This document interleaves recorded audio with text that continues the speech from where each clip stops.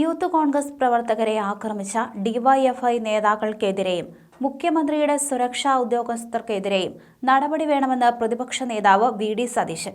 ഇവരെ അറസ്റ്റ് ചെയ്ത് ജയിലിലടച്ചില്ലെങ്കിൽ തങ്ങൾ തിരിച്ചടിക്കുമെന്ന് അദ്ദേഹം പറഞ്ഞു. യൂത്ത് കോൺഗ്രസ് സെക്രട്ടേറിയറ്റ് മാർച്ച് ഉദ്ഘാടനം ചെയ്ത് സംസാരിക്കുകയായിരുന്നു അദ്ദേഹം.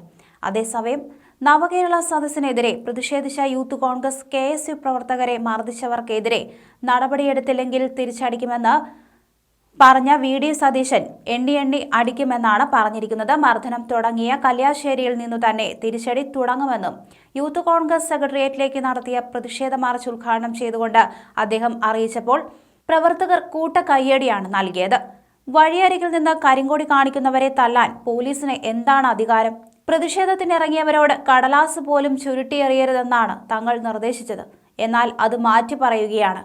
ശരിയായ വകുപ്പുകൾ ചേർത്ത് പ്രതികളെ അറസ്റ്റ് ചെയ്യണം. ക്രിമിനലുകളായ ഗൺമാന്മാരെ പുറത്താക്കണം. ഈ രണ്ടു കാര്യവും ചെയ്തില്ലെങ്കിൽ തിരിച്ചടിക്കും. തല്ലിയവരുടെ എല്ലാം പേരും വിലാസവും കയ്യിലുണ്ട്.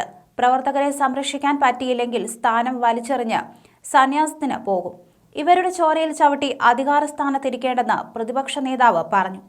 മുഖ്യമന്ത്രിയായിരുന്ന ഉമ്മൻചാണ്ടിയെ കൊല്ലാൻ കരിങ്കല്ലെറിഞ്ഞപ്പോൾ അതിനെ ന്യായീകരിച്ച പാർട്ടി സെക്രട്ടറിയാണ് പിണറായി വിജയൻ. ഞങ്ങൾ പിണറായി വിജയന്റെ പാരമ്പര്യത്തിലുള്ളവരല്ല. ഒരു കടലാസ് പോലും ചുരുട്ടിയെറിയരുതെന്ന് KSU യൂത്ത് കോൺഗ്രസ് പ്രവർത്തകരോട് പറഞ്ഞവരാണ് ഞങ്ങൾ. അത് മാറ്റിപ്പറയാൻ വേണ്ടിയാണ് ഇന്നത്തെ മാർച്ചിൽ പങ്കെടുക്കുന്നത്.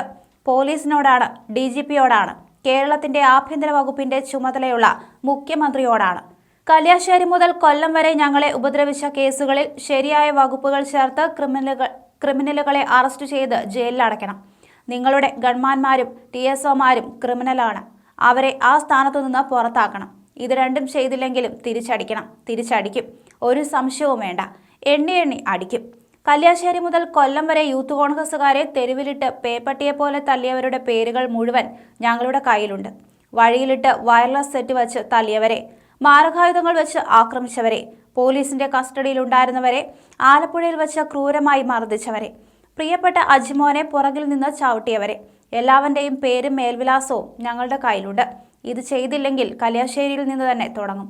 അവരെ സംരക്ഷിക്കും.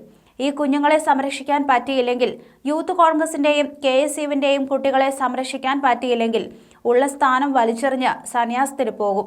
ഇവരുടെ ചോര വീണ ചോരച്ചാലുകൾ ചവിട്ടി ഞങ്ങൾക്കാർക്കും അധികാരസ്ഥാനത്തേക്ക് പോവേണ്ട.